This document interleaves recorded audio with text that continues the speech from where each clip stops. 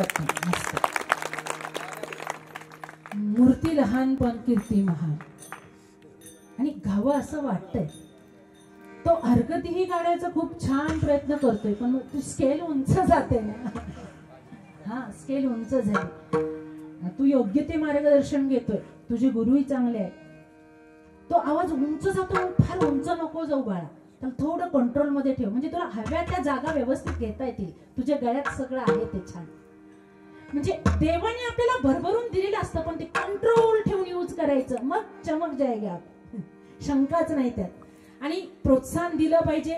बघा बारक्या पोरांनो किती छान ही लहान लेकरं गातात, टाळ वाजवतात, पखवाज वाजवतात, फार भरून पावते मी. हे कशासाठी? लहान वयातच सुकृताचे पाय पाळण्यात दिसतात. माझे शिवराय अवघे 9 वर्षांचे होते स्वराज्य स्थापनेला सुरुवात केली तेव्हा. स्वतःचं सौंदर्य लपवून बायका घरात बसत होत्या, मुघलांची दृष्टी आपल्यावर पडू नये म्हणून. हिंदू धर्मातल्या स्त्रियांवर ही वेळ आली होती. जिजाऊ साहेबांनी ते 9 वर्षाचं लेकरू असं तयार केलं की त्या शिवरायांना बघून बायकांची हिंमत वाढली. जात्यावर ओव्या गाणाऱ्या बायका शिवरायांचं गुणगान करायला लागले. बाई पुन्हा झालं जुना, ओवी गाते भोरण्याला, अग सोन्याचं कुलूप राजगड तोरण्याला. कारण तो राजा सामान्य नाही. ज्या राजाचं शौर्य, वीरता, पराक्रम बघून फक्त माणसांनीच मुजरे घातले नाही, आभाळ पण झुकून मुजरा करत होतं माझ्या शिवरायांना. धरणी माता स्वतःचा अंत करून थडून जागा देत होती. ए राजा, मुजरा करतोय आम्ही तुला, कारण स्वराज्य आबादित राखण्याचं कार्य हे तुझ्या हाती सोपवलं. आभाळ धरती चंद्र सूर्याने, शिवरायांची शौर्य गाथा माता सरस्वतीच्या कृपेने माझ्याच हस्ते गाणं लिहिलं गेलं. परमात्म्याच्या कृपेने संगीत देण्याचं कार्यही मीच केलं आणि लोकांना ते प्रचंड आवडलं. की आभाळ धरती चंद्र सूर्याने झुकून मुजरा केला, सळसळली तलवार भवानी, भीर भीर फिरवित भाला. वेग वाऱ्याचा, वेग वाऱ्याचा, वेग वाऱ्याचा घेतला,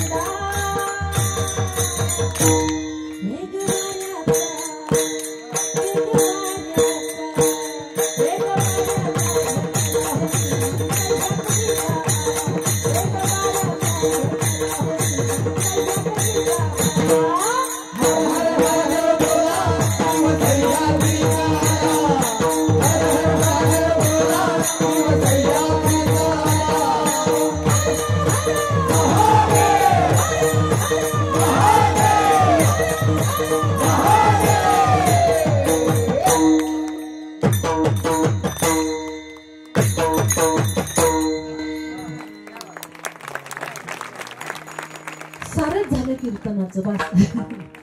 माझा लई मूड गेला होता, आता काय करू. हे असं नसतं कीर्तनात, भारुड म्हणे विठ्ठल.